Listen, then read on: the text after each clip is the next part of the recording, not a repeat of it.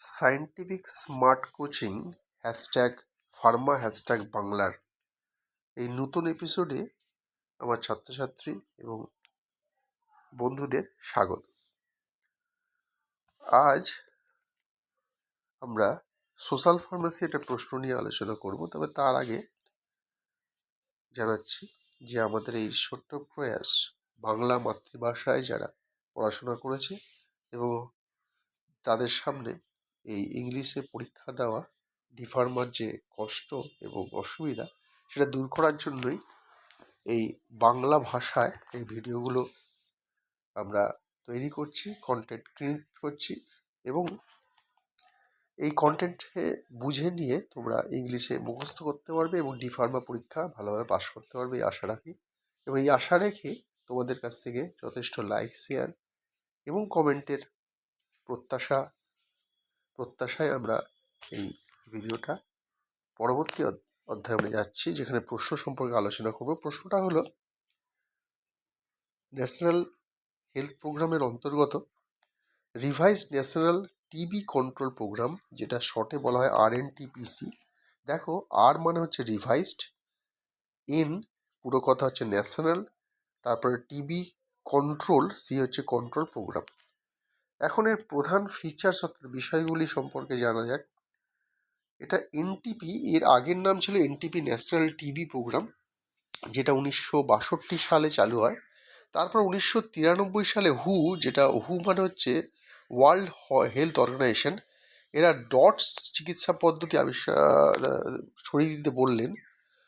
DOS চিকিৎসা পদ্ধতি সেটা সারা পৃথিবীতে ছড়িয়ে গেল, ভারতেও আসলো। এইটার উপর বেশ করে 1993 সালে টিসিপি, এই যে প্রশ্নটা আমরা করছি, revise national TB programme, TB control programme, এইটা 1993 সালে আমাদের ভারতবর্ষ এইটা নিল, অর্থাৎ ডটস চিকিৎসা পদ্ধতিটা গ্রহণ করলো। স্টার্ট হচ্ছে 1997 সালে ডটস চিকিৎসা পদ্ধতি। এতে একটা লক্ষ্য রাখা হলো যে 2005 বাই 2005 পুরো ভারতবর্ষ অর্থাৎ টোটাল কান্ট্রিতে ডটস চিকিৎসা পদ্ধতি সরিয়ে দেওয়া হবে। এর সেকেন্ড ফেজ অর্থাৎ দ্বিতীয় পর্যায়ে একটা টাইম লাইন স্থির করা হলো 2006 থেকে 2011। এর একটা লক্ষ্য রাখা হলো যে এই যে ডটস চিকিৎসা পদ্ধতি তার ইমপ্রুভ করা হবে কোয়ালিটি, অর্থাৎ to improve quality and to reach of service, এবং প্রত্যন্ত জায়গায় ছড়িয়ে দেওয়া হবে সার্ভিসটা।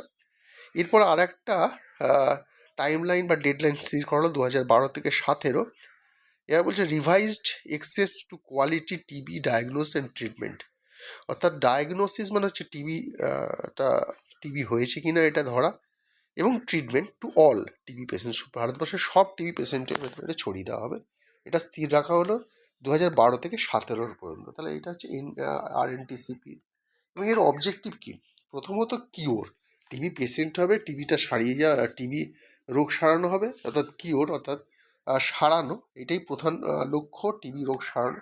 এবার প্রিভেন্টেড, টিবি হলে অনেক সময় অনেক দিন ধরে যদি টিবি থাকে অনেক সময় মারা যায়, এইটাকে আমরা এর লক্ষ্য হচ্ছে এইটাও, অর্থাৎ প্রিভেন্টেড অর্থাৎ মারা যাওয়াটা বাধা দেওয়া, মারা যাতে না যায় সেই দিকে লক্ষ্য রাখা।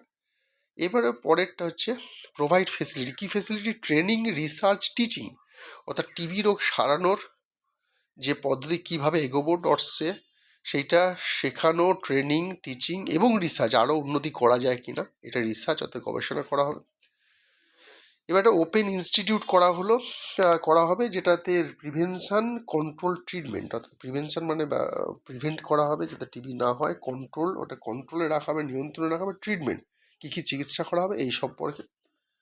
অর্থাৎ এই পয়েন্টগুলোর ওপর বেস করে এনটিপিসিটা চালু রাখা হচ্ছে। এবার ড্রাগ রেজিস্ট্যান্স, দেখো অনেকদিন ধরে টিবির যে কোনো ওষুধই অনেকদিন ধরে খেলে শরীরে একটা রেজিস্ট্যান্স দেয়, যেখানে রেজিস্ট্যান্স মানে বাধা সৃষ্টি করে, শরীরের ভেতর থেকেই আসে, যেটাতে সেই ওষুধ এর কার্যকারিতা অনেক কমে যায়। এই ড্রাগ রেজিস্ট্যান্স সম্পর্কেও এখানে একটা অবজেক্টিভ রাখা বা লক্ষ্য রাখা হলো, যেটাতে বলা হচ্ছে যে কম্বিনেশন অনেকগুলো ওষুধ মিশিয়ে খাওয়ানো হবে, পাল্টে খাওয়ানো হবে। এইটাও একটা পয়েন্ট রাখা হলো, অবজেক্টিভ বা লক্ষ্য। তাহলে আজকে আমরা জানলাম revise national TB control programme, শর্টে যেটাকে বলা হচ্ছে আরএনটিপিসি এই সম্পর্কে আমরা বিস্তারিত জানলাম। এইটাই তোমরা বুলেটেড ফর্মে একের পর এক পয়েন্ট লিখে তোমরা প্রথমে মুখস্থ করবে, তারপর লেখা প্র্যাকটিস করো এবং যত লিখবে, কারণ লেখা পরীক্ষা, তাহলে যত লিখবে তত তোমাদের প্র্যাকটিস হবে এবং এটা বুলেটেড ফর্মে লিখবে। পরের পর ছোটো ছোটো কতগুলো ওয়ার্ডে লিখলেও সেখানে তোমাদের পুরো নাম্বার দেওয়া হবে। আশা করছি এই ভিডিওটা তোমাদের ভালো লাগলো। পরবর্তী ভিডিও তোমাদের সাথে আবার দেখা হচ্ছে। জয় হিন্দ।